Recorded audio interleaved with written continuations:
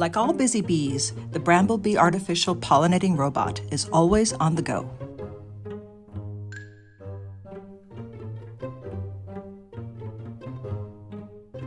After traipsing through the rows, she stops in front of a plant.